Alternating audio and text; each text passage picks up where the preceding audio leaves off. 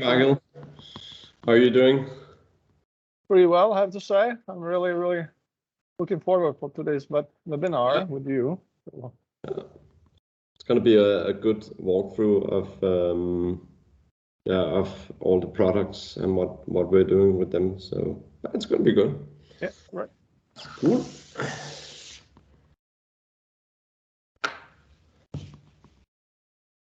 There's John. Yeah. His camera, but he's on mute. Yeah. Okay. Hi. Sorry, everyone. Yeah. Hi, John. Hey, John. Oh, nice background, John. Great. Thank you. Thank you. Yeah, I got the real box. Just so I'll take these off. cool. Super. I don't know exactly how many is going to join, so I'm going to wait a while just to make sure that we have as many people as possible here. So let's see. So Andy's on. He's, Yeah. Yes, good morning. Morning. Good morning, Andy. Good morning to you both. Sorry, camera on in a minute when it decides to take the cover off. Morning, Andy. How you doing, John? Peter, rather. Sorry, how you doing, John? I'm good. Very well, thank you, Andy. Very well. How was your golf on the golf day? You did a lot of you made a lot of contacts, but how was your golf? Yeah, average. I'm afraid, John. Very average, which is the story of my golf, I'm afraid. Yeah. All right. Well, never mind. How was the weather? I enjoyed it. It's good. Yeah. I luckily have a lot of golf balls, so and they get used and lost. Yeah. That's marvelous. So should we give it a few more minutes? A few minutes, yeah. Yeah, to see if somebody jumps in.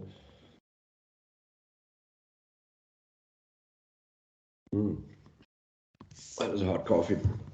Good. Andy, just while we're waiting, then I've been prospecting in the UK for a little while. Some of the names that you've reached out to, I know, and I've got a little bit of market analysis. I've got 6 companies which I've identified, which I think we want to be in. I may be wrong because I'm looking from afar and I'm not looking from within the industry. So when we finish this call, I'll send you a note over. I've got them written down, ready, and a couple of notes about what I've done so far. And it may be that if you know people there, it's going to be much easier for you than me trying to break the shell from the outside, if you know what I mean. Sometimes no, totally, John. Yeah. Yeah, sometimes it's difficult to get the right contact, and you can spend a lot of time flailing around. Whereas if you know a guy who knows a guy, it's going to be easier. So I'll do that. Yeah. We'll do that offline, okay? After the call or something. I'll send it to you. John. Yeah. All right. Morning, Stuart. Morning. How are you? Morning, Stuart. How you doing? Yeah, very well, thank you. Cheers.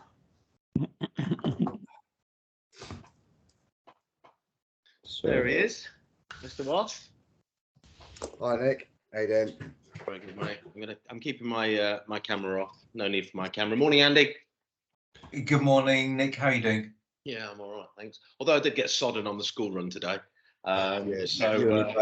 Did you really? Yeah, it's not. Yeah. We made the decision to walk, and that was a bad decision. Yeah. Anyway, there we go. I think we're about ready, John. Yeah. Yeah. Okay. No, that's fine then. Yeah. Okay.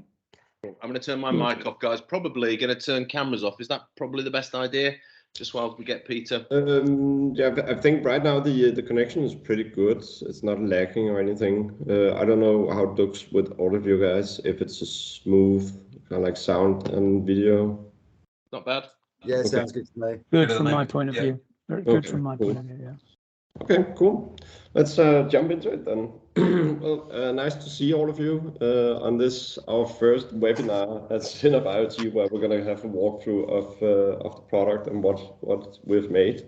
So I'm Peter.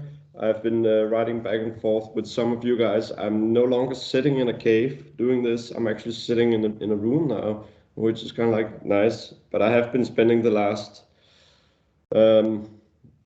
probably 4 years on developing the product that we're going to talk about today, and the journey actually started 8 years ago.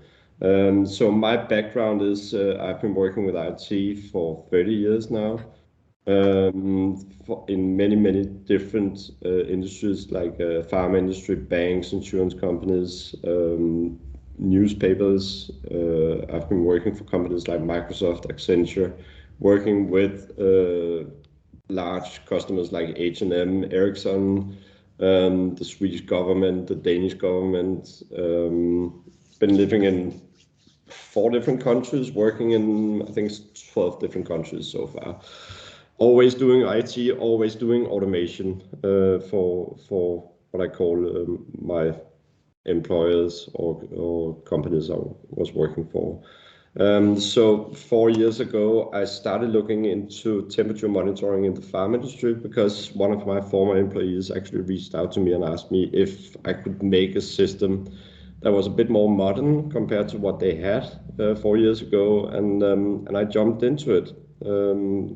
Gave it a lot of thoughts, and one day on a plane back from Stockholm to Copenhagen, I kind of like decided, okay, I have to quit my job and pursue this. So I did. So 4 years later, actually more, came up with the box, as you know.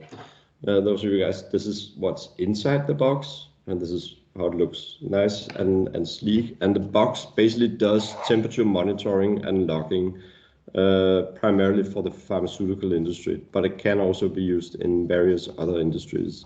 So what it does is basically it has inside the box, it is able to monitor with very high precision temperatures all the way down from minus 200 degrees and up to what I call normal room temperatures. It's basically whatever temperature probe we connect to the device allows us to measure different temperature areas. So for cryogenic temperatures down to minus 200 degrees, between minus 40 and minus 200, we have a specially designed Teflon temperature probe that can withstand the low temperatures.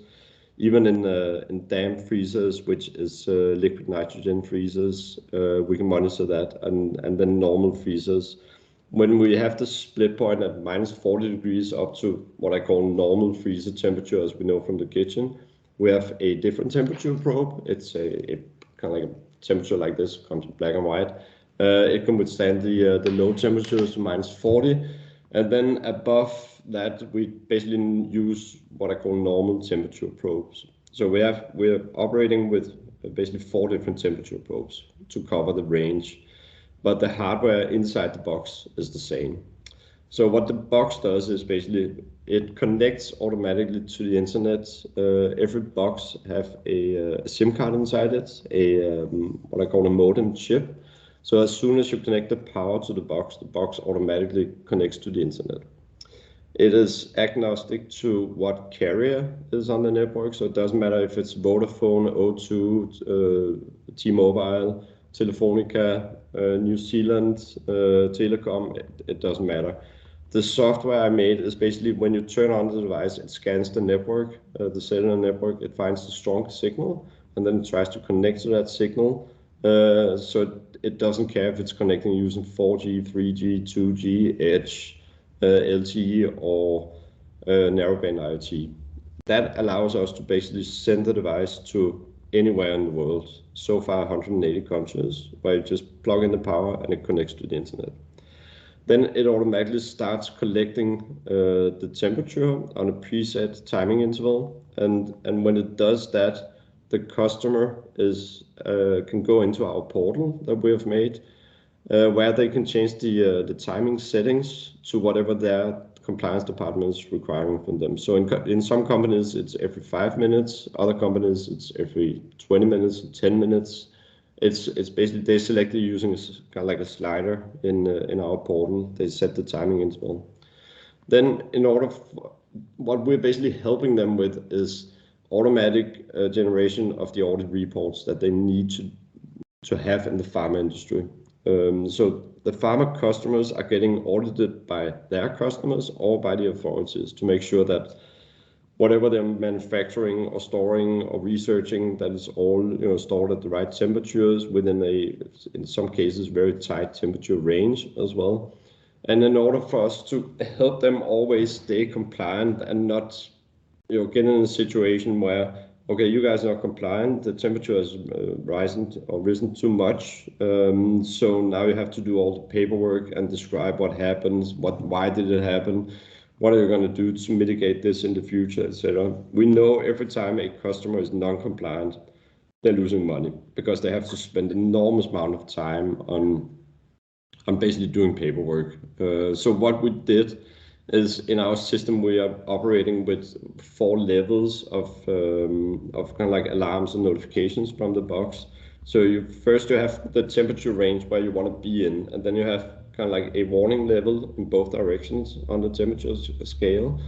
The warning level is basically to kind of like raise a finger and say to the customer, you guys are kind of like the temperature is wandering out of the temperature scope where it should be. So maybe you should check if something's wrong with the HVAC system, if something's wrong with the freezer, somebody forgot to close the door, anything. What happened, just figure it out, because the next level is then the alert level in both directions, and that is where they're basically losing money. All other systems in the market are just giving them an alert when something has gone wrong. So we kind of like put in this warning level to help them stay compliant all the time. In the system, because our solution is leaning up, or it's FDA CFR 21 Part 11 compliant, everything that happens in our system is being logged in the audit trail. So when you get a warning in the system, we're not logging that because it's not a thing that we need to log according to the guidelines. But as soon as an alert happened, it's basically logged in the system. So in order for people to close the alert in the system, they have to put in what happened and what have they done to mitigate it in the future. And then when they close the alert, it is being logged with the username and the password. You cannot log into the system unless you're using what is called two-factor authentication, and that enables us to verify that the person that is closing an incident or changing a setting on a device is actually the person that we think it is. So everybody that is using the system, you guys are probably well aware of what is called authenticators on the phone, either from Microsoft or from Google. So you kind of like have an authentication code to log into a system. If you're not, I would strongly urge people to start using it, because it basically means that nobody can steal your password and log into your different systems if they don't have the authenticator. So, and it's also a requirement from the FDA to have two-factor authentication on the system. Then everything that is being picked up from the device of telemetry, temperature, is stored in databases in a cloud solution, and our cloud solution is running in Microsoft Data Center in what we call a geo-redundant solution. That means that all data that we store is stored in 2 different data centers. So it could be one in Dublin and one in Hamburg, for example. And that is just to make sure that, well, if something happens in Dublin with Microsoft's data center there, the data is still accessible. So all our systems are geo-redundant over cross-border, basically.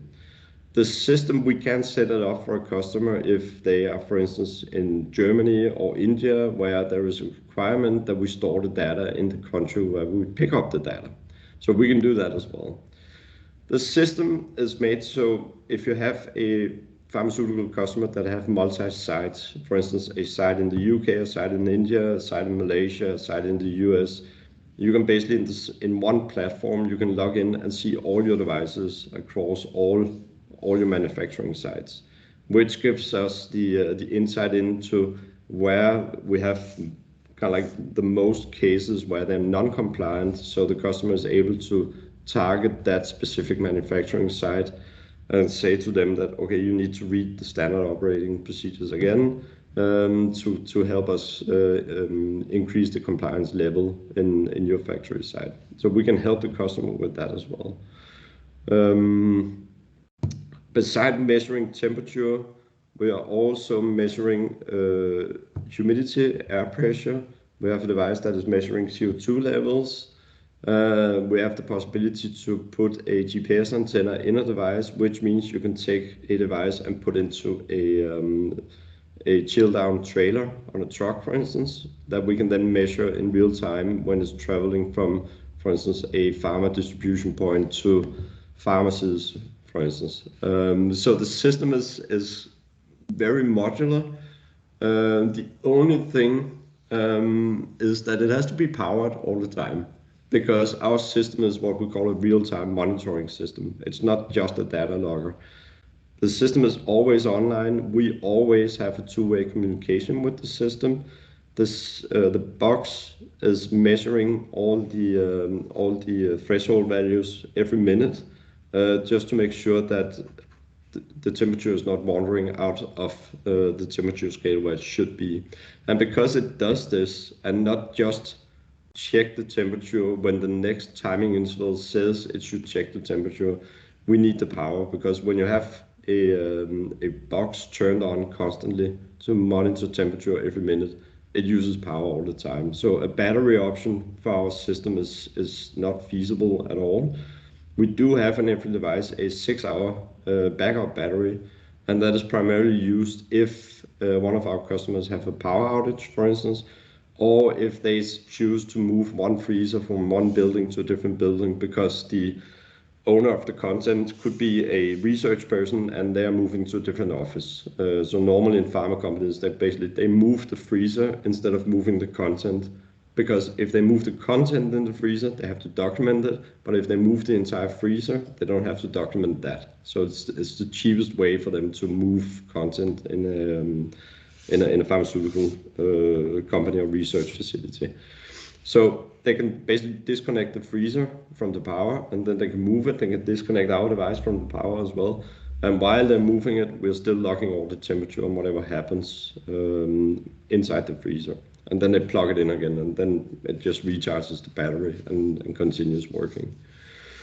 So that is in kind of like a high level what the system does. So I normally say to people, it's not a logging system. It's not a temperature logger. It's actually a temperature monitoring system or a compliance system, because it is fully FDA compliant, EMA compliant, WHO compliant. It is super accurate. We're actually measuring temperatures down to 8 digits, only showing 2 to the customers because people get confused of all the numbers.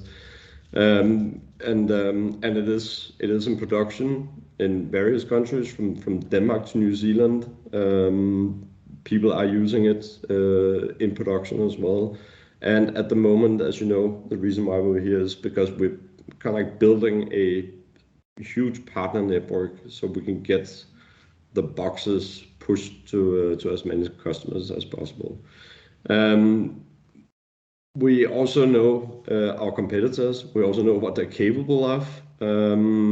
So if you have any questions about a specific competitor that you run into, and you get a question like, well, these guys can do this, please just let me know, and I will quickly reply with where the differences is between the systems.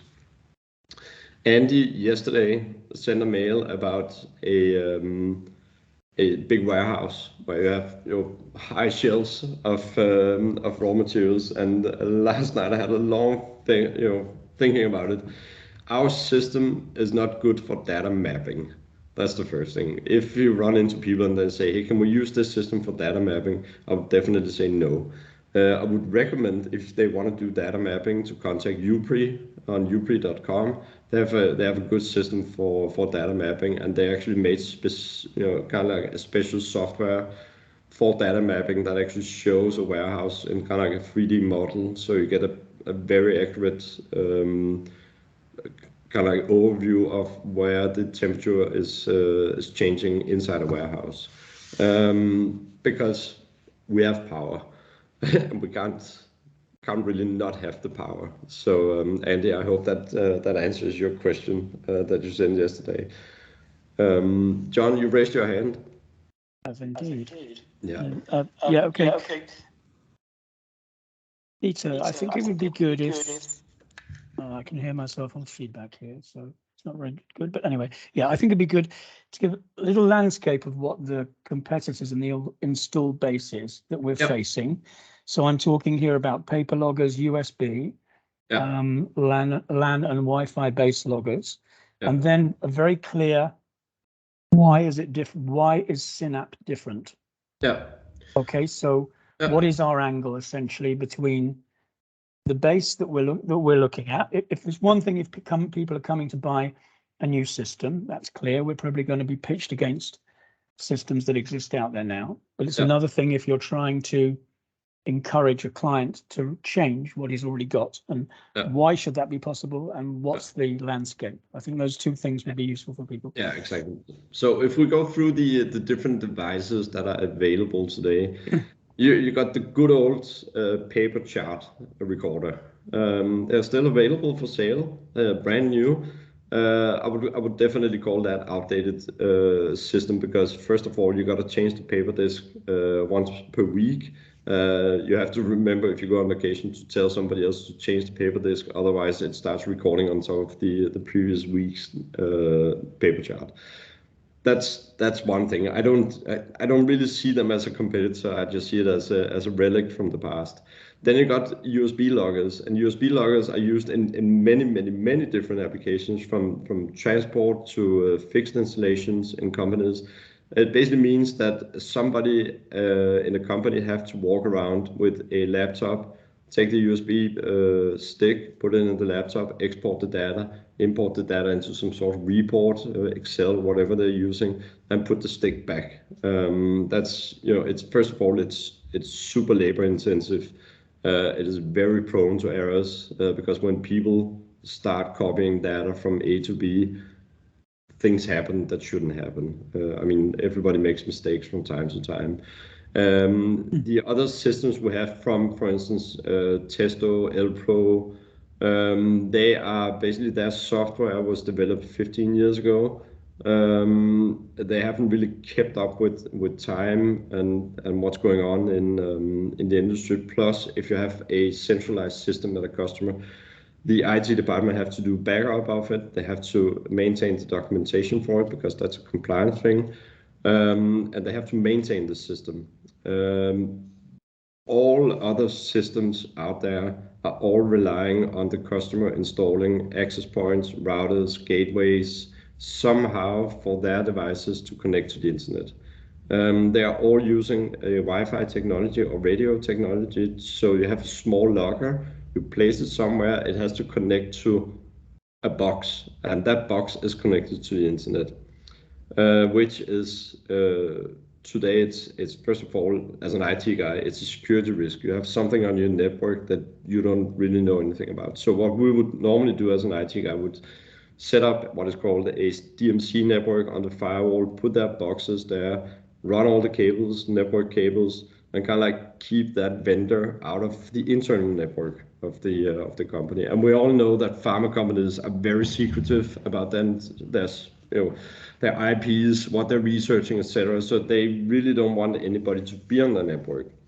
So if you buy a box from Testo, Elpro, Upre, Sense Anywhere, all the other vendors, all of them are relying on something on the customer's network, which makes the buying process more complicated, because you have to involve the IT department and explain to them, what is this? You probably have to talk to the security officer as well, if they have that in the company, to explain what is the box doing, what is it sending, where is it sending to, etc.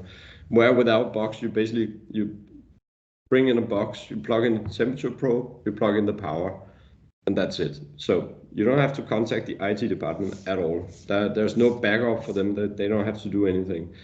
Our device has no capex. There's no hardware investment in it. There is one price for the subscription, and that price includes everything.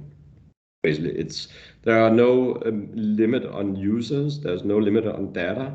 There's no limit on how long you want to store the data. So in pharma companies, it's normally 10 years you have to store the data. Just store it for 10 years. So it is probably today the most simple system and the most modern system in the farm industry that they can find when it comes to no hardware investment, no IT department involved in it. A lab person can basically install a device and get it up and running quickly. You have the possibility, if you are working as a consultant for multiple companies, or if you're a reseller and you want to support your customers, you have the possibility for each customer to invite you to their portal. So you can basically log in and help them and change their settings for them if they feel confident with that. That's also a very good reason. Plus, none of our competitors are working with kind of like one cloud solution where you can see all the different devices you have in all the different companies, because all of their devices, you're never communicating with the devices directly in our competitors' systems. You're only kind of like changing the settings in their cloud solution, and then when the telemetry is coming from the device, then the decision on what to do with the telemetry is happening in the cloud. Where in our case, we're basically doing all the logic on the device itself. So that's kind of like the big technical difference between all the other guys and us. Was that answer enough, John? Or did that answer your question? Yeah, I think so. Yes. So I would say, does anybody have questions? Just shoot, please. Anything. So Peter, can I just follow up on your comment to me? So listen, I will freely admit, and I said to Nick, that this is an area of that I don't know a huge amount about. So I know a lot of people in the pharmaceutical industry and suppliers and what have you, but I don't know about much about temperature monitoring. So just kind of have that in the back of your mind. So I've written to a number of wholesalers and suppliers and logistics service providers now, probably in the order of about 7 or 8. I've had 2 replies, and they have both said, unfortunately, the same at the moment. That, and to go to your point where they said, actually we have temperature monitors on the top of racking. So it's not that they're mapping at the top of racking, they're actually got their monitors there, because obviously the temperature mapping exercise they've done says that they need to have a monitor up at the top of a racking, which could be 20 meters high, for example. And they may have 25 of these in just one of their warehouses. And to run cabling up to the top of these, racking and everywhere, wouldn't work for them. No, exactly. And it doesn't make sense for them, because the way temperature mapping works is basically if you have a big warehouse where you have 20 meters to the ceiling, for instance, we all know that the temperature is different. We can just feel it in our living room. Get up on a ladder, it's going to be hot under the ceiling, and it's going to be cold at the floor level. So what they do in temperature mapping, they basically put in like 36 temperature loggers. They run them for 24 hours or maybe a week, and then they have a clear image. The company that does it for the customers doesn't do temperature mapping themselves. They always hire some specialists to do it. So the consultant get a clear image of how is the airflow in the warehouse, based on how full is the warehouse. Is it completely packed with products all the way to the ceiling, and then the consultant tell them that, okay, you need to monitor the temperature here, here, and here, normally in 3 levels in the room, and then in different areas of the room, depending on doors and gateways and stuff like that. So I would say in a warehouse situation where you have high ceilings, it basically doesn't make sense to use our product there because of the cabling.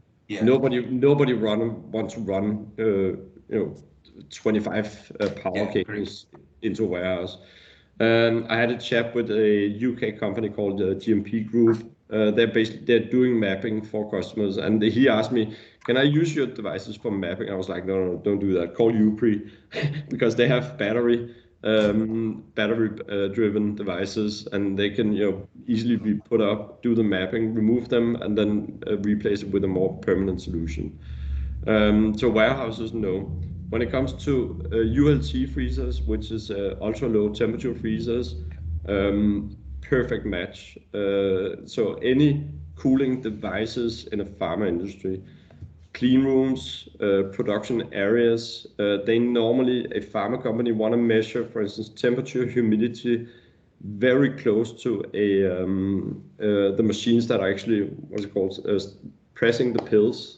When you make a pill, it's powder, then you press it under a high pressure, and then it gets the capsule, the pill shape. They want to measure temperature and humidity as close as possible to where it actually happens, because the humidity is changing the kind of like the powder, if it's very powderish, or if it sticks. So they want to measure that. So, but big warehouses, no, don't even try that. I would say, unless they have, no, we got power everywhere and stuff like that. No, I wouldn't do it. One thing they have been both interested to hear more about is the temperature loggers for transport of products. So, from one continent to another, and I know that's coming. Have you got any indications to when that? I can give you an update on that. So the logger to put in a truck, because I think, to be honest, I think it's going to be easy for all of us to sell a temperature monitoring solution for a truck company, because they're not heavily regulated. It's easy to talk to those guys, and we have verified as soon as yesterday there is a need for it. Definitely is a need for it. You can basically take this box. It's a room guard or farmer guard. It's a room guard. You can take this box. You can put it inside a truck, a chill down truck. You can connect you can get the power from the evaporator in the truck, because it's always powered and cooling the truck when they have products in there. So you got power. You can put the box in there. You can run basically using 2 temperature probes. You can put two temperature probes in. So you put one third from the back of the trailer, and then again 1/3. So if it's 12 meter long truck, you put a temperature probe at 4 meter and one at 8 meter. And then we get the average temperature of the truck. It has GPS positioning already. It is able to cross border. If you drive from the UK under the tunnel up in France and you continue down to Portugal, because of the way we made the cellular system, it basically just switches from network to network. It doesn't care what country it's in, not at all. It's just going to be real-time monitoring based on the timing interval that the customer wants. So if they want to do it every 10 minutes, every 5 minutes, it just does that. And then they get GPS position, they get the temperature, and they're able to basically go to their customer and say, hey, you guys don't have to check us anymore. We're able to deliver you guys a temperature report of your transport when we're transporting your stuff. The alerts and notifications can be sent to the I don't know what it's called, planning department in the shipping company, or whatever it's called. So the alerts and so on will come as well. I know that today trucks, the evaporator have a Bluetooth connection to a device you can put in the driver's in front with the driver. He can actually then see, okay, what is the temperature in the truck behind me? So he's able to stop somewhere and check if the temperature rises too much. But none of the system have the logging capability of actually creating a report with all the data.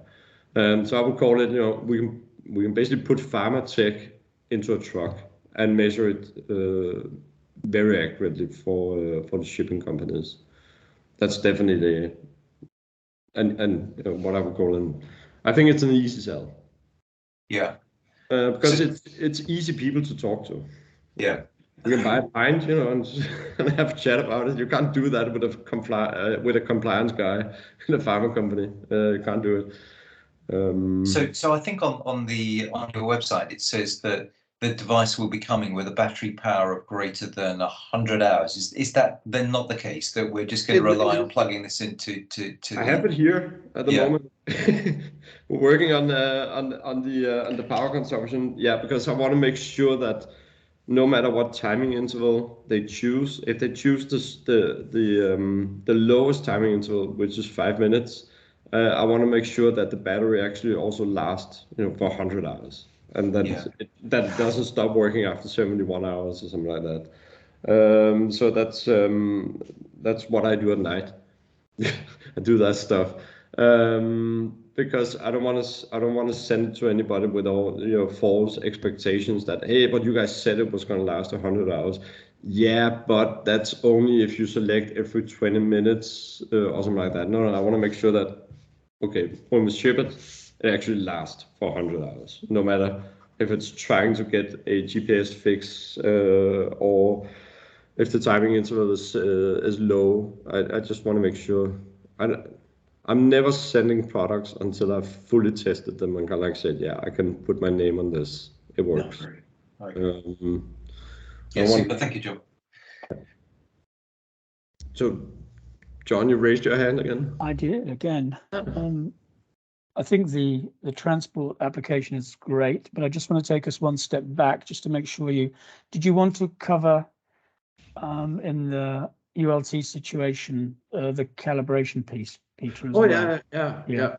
Yeah. So we came up with a solution this summer. All customers in the farm industry are calibrating devices once a year, or maybe even twice a year. And the reason they do it is to make sure that the device is actually measuring the correct temperature. The way you normally do it is you take the existing device you have in the freezer and you take it out of the freezer or the clean room, and then you send it to an ISO 17025 accredited calibration lab. And then you pay them to basically do a calibration of the device. They give you a certificate saying that, okay, this device is measuring correctly. And then you install it back in your freezer again, and you take the replacement unit out, and you do all the paperwork multiple times to do this. What we came up with is you have a device installed in the freezer, and then we send a calibration device. The calibration device you put on top of the device that is already installed, and then in our portal you click Start Calibration.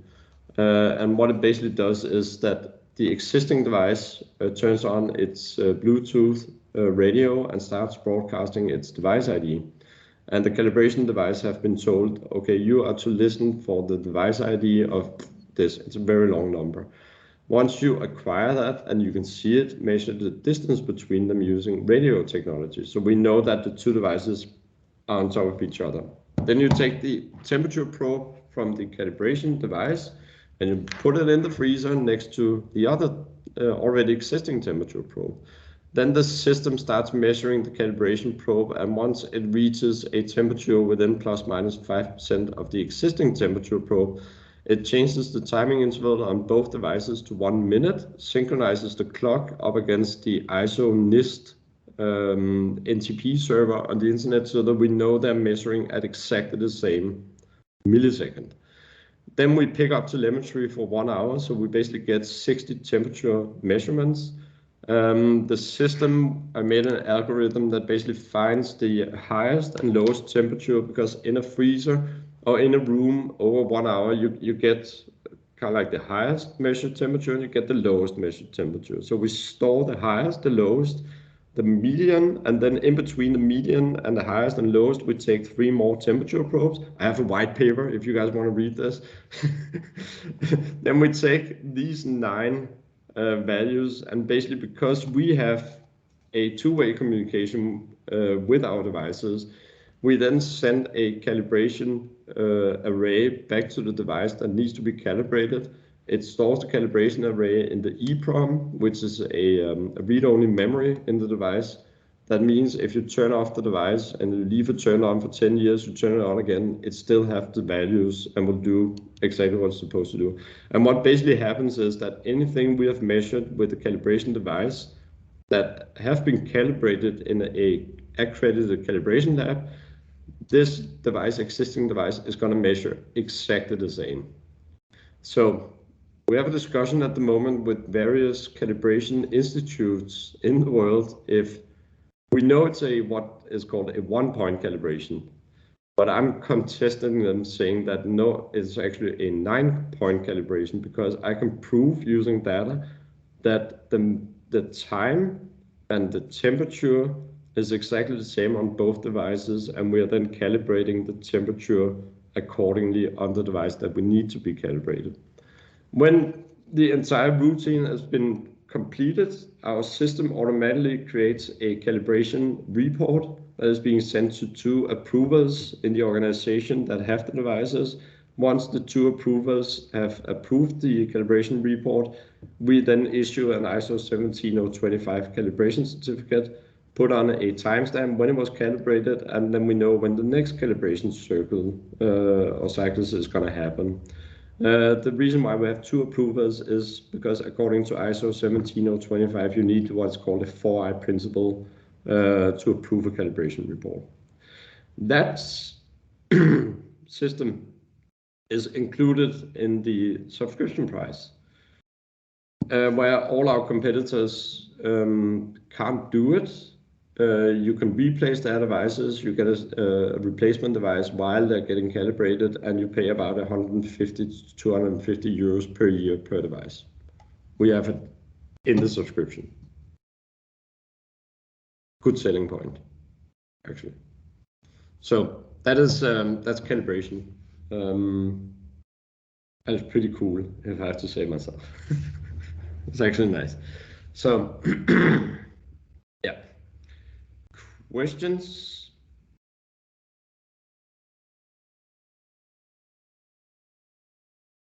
Go ahead, John. You're muted. Yeah, it's okay. So it's, from a sales point of view, it's an issue of price versus cost, because if you look at the Testos, and if you look at the UPRIs, and if you look at the L-Pros, the way typically these are being sold is that the unit is somewhere between 200 and 300 euros, and they will probably charge you an ongoing fee to download the data every month. What they won't tell you is that in a GMP environment, they need calibrating, and therefore there's an additional cost of probably 150 or 200 euros a month.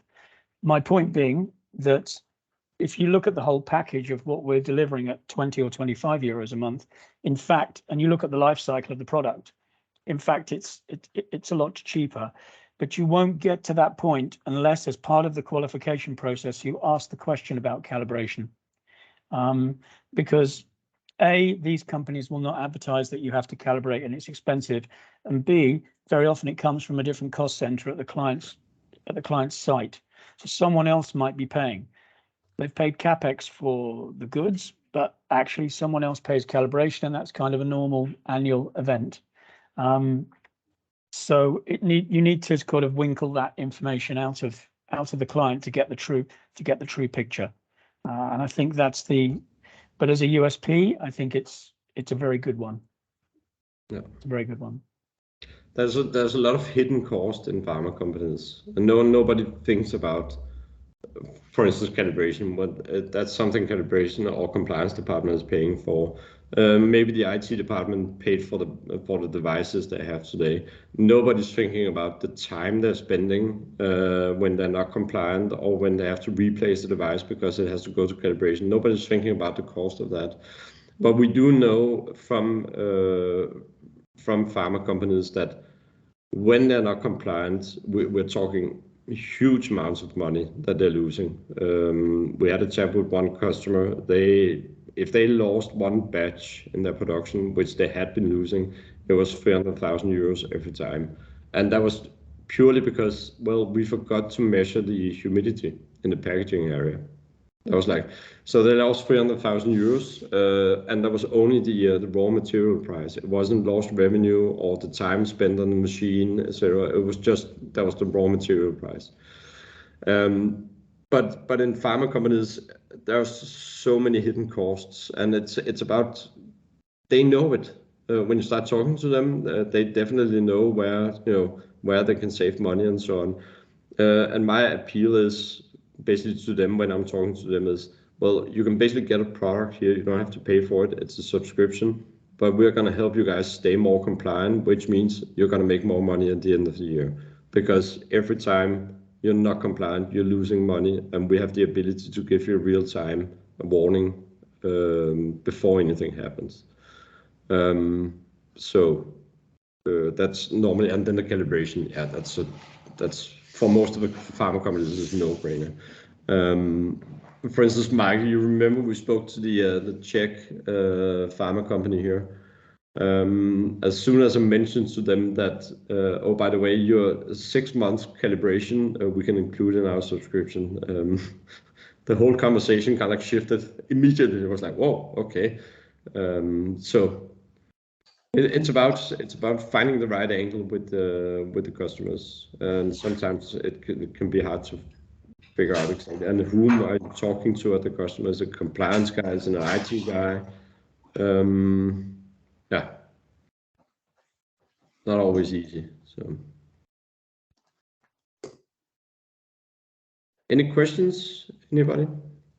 Yeah, I have one question, Peter. It's about calibration again. Yeah. Just you explain how it works technically. I understand this. This is great. But how it really works in life, which means that let's assume I have customer, he will order those boxes, and then he needs to make the calibration. He knows he needs to make it, or we will inform him. No, we know it. We basically know when the last time the device was calibrated. We can see it in our system. The customer can see it as well. So we know the last calibration date, and we send the device 14 days before it has to be calibrated. So they receive the device from us. When they receive the device in the portal, they can see, okay, what devices do I need to calibrate now? And then the system tells it. Every device in our system has a friendly name that the customer put in themselves. So they can name a device freezer F building 2, for instance. It's for them to easily identify, okay, where is this monitoring device? So they basically, the system will tell you, okay, you need to calibrate freezer F in building 2. And then they just have to physically put the calibration device on top of the other device, the existing device, and put in the temperature probe and click start calibration, and then the system does the rest. And then, you know, if it's a temperature probe at -80 or -196, it may take, you know, 20 minutes for the temperature probe to actually adjust to the low temperature. But as soon as the system see that, okay, now we're within the range where we can start the calibration, then the system automatically, it all happens in the cloud. And that's the reason why we can do it for free, is basically, well, we're not using manpower to do this. We're just using cloud computing. And in our world, cloud computing costs money, but not close to 150 euros to do this. It might cost as 1 euro cent or something like that. But it's just a really strong argument when you go to a customer, because all of them, if it's a GMP controlled environment, they must calibrate devices yearly, or even every 6 months, and it comes with a cost. Yeah, they can look it up in their ERP system. Okay, we have a vendor. They're called Calibration Lab. Okay, how much money did we spend on these guys last year? Whoa, that much. Okay, and these guys are saying we can get it for free, and we don't have to invest anything in hardware. It's easy, but being a disruptor, trust me, everybody, there are people out there that really hate my guts at the moment, because I'm basically wandering directly into their business and say, hey guys, I can actually automate your job now. So we are being contested heavily on this. I'm doing a lot of documentations at the moment, talking to calibration authorities in Denmark, Germany, Czech Republic, and New Zealand, to kind of like say, okay, and they're like, yeah, it is a 1-point calibration. I'm like, yeah, but guys, I need it to be a 9-point calibration, because pharma companies do either a 1-point calibration, that's the cheap one, or they do a 5-point calibration, which is more expensive. The reason why they want to do a 5-point calibration is because you want to measure the temperature in the entire range of the temperature monitoring device. our problem is if you take a testo logger, it says, okay, I'm able to monitor temperature between 10 and 30 degrees. And then you select 5 temperature points in that range. And then you check the temperature, kind of like you put it in a chamber, you set the temperature at 10 degrees, then maybe 15, 20, 25, and then you measure on that range, 5 points you select. Our device measures from -200 to +200. But I'm like, the question is, what is the operating temperature of what we're actually measuring? That's where we should calibrate the temperature range. It doesn't make sense to calibrate. If we have a device that's measuring -81 degrees, why calibrate the device to measure 25+ degrees? It doesn't make sense. I know that the temperature in the freezer is fluctuating between -78 and -84, for instance. So I want to measure this point or this range that we're actually operating in. So it's how you interpret the Bible or the ISO 17025 standard. But it does a 1-point calibration. That's cool, done. I just want to make it do more. So. Okay, so and when they finish the calibration, so they will just return the box calibrating. Exactly. Yeah. Okay. And we then try to pool it to kind of say, okay, at some point a year ago, -14 days, you got 12 devices from us. So within the next 14 days, you should calibrate all 12 devices, and then see you guys in a year. Send the box back to us. So we are gonna make the calibration box a different color, just to like either it's gonna be the green box or the red box. We don't know yet, but it's gonna have a different color, so it's easy for the customer to identify that this device is a calibration device. Peter, just really quickly on that calibration, you said that 1-point calibration we've got, but you're going for a 9-point calibration. But currently we have what, 5-point calibration? No, you have some customers choose a 5-point calibration, and the 5-point calibration, that's where I'm being contested by calibration labs. They're like, we want to keep this business. We do a 5-point calibration, and I say, yeah, but I actually do a 9-point calibration. And they're like, yeah, but you can't do that because you have to measure 25 degrees. I'm like, no, I don't have to measure 25 degrees because the probe is in -80 degrees. So it's about how you interpret the ISO 17025 standard. There are, when you talk to the authorities, calibration, like DS in Denmark or DAKAS or something like that in Germany, they're like, yeah, true. You can do this. I'm like, okay, cool. Can I get some sort of documentation from you guys that a 9-point calibration is a 9-point calibration, because we are measuring 9 different temperatures. That's the whole point about a 5-point calibration. You measure 5 different temperatures.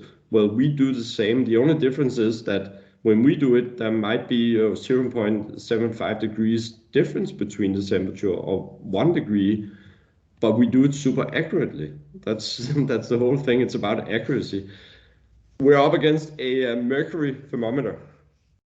Damn hard to kind of like compete against.